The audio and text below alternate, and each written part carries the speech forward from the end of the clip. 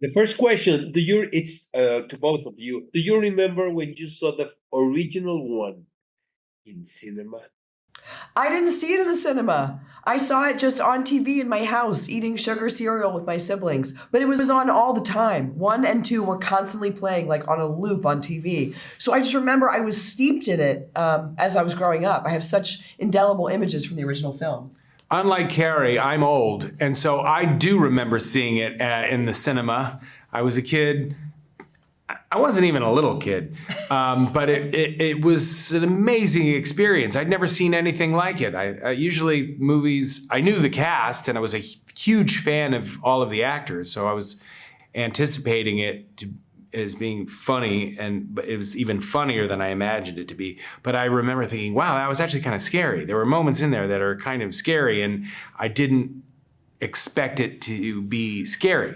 And so it was the first time I'd ever witnessed a movie that actually had both elements. And that's, I think, part of its lasting appeal.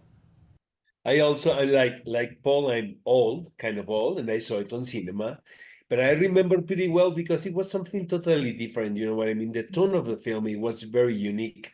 Yeah. As an actor, how did you approach that? Because it's a mix of horror, sci-fi, comedy, you know. How do you handle that as an actor? First Carrie and then Paul. I think that, it's sort of the way, you have to approach it the way you approach anything. It's on the page, right? You lean into the script, you play the moment. You don't worry about the cumulative effect of those moments. You have to sort of be in the moment with your co-stars. For me, it was a little added pressure because I'm kind of known for doing my dramatic work. I'm very rarely appearing in a comedy, so I had a lot to learn. It was really fun to kind of participate in some of that banter, which was always alive and well on set. But yeah, for me, it's always the script. You just go back to the script. And we had the benefit of growing up with Ghostbusters, knowing what the tone kind of was.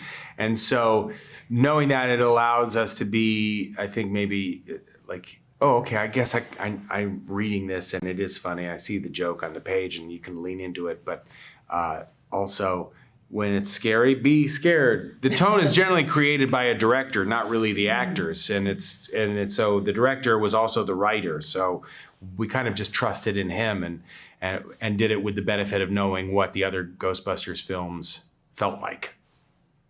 Seeing these recent films, I think it's a legacy to Ivan Reitman work. You know what I mean? It's all over the movie. That, of course, Jason, no, and right now Gil, but it's the endurance of something they created a long time ago. How can you explain that new generations can be attracted to this storyline? It's funny that I think these kids these days, they take for granted that Ivan did really invent a new genre.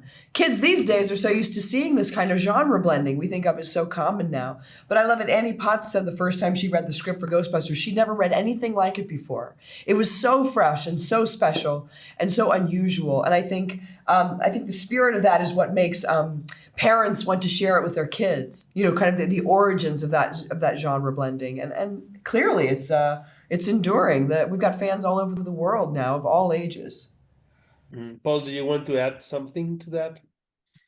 No, I mean, I think that, there are a lot of, every Halloween around here, I see little kids dressed as Ghostbusters. So you said something there that is true, and that is parents seem to show their kids the original movies, that it's still very much a thing for younger generations. So I think they're always updating it, and we're trying to, appeal to younger and newer audiences. And hopefully it works if you don't know the original movies, but it helps if you've seen the original movies. And as far as being just film history, it's something you should be aware of. We should all be aware of it the same way that we should be aware of, bands that have lasted for 40 years and their music. And it's like, it makes you a well-rounded person. So any kid out there that hasn't seen the original Ghostbusters should really do themselves a favor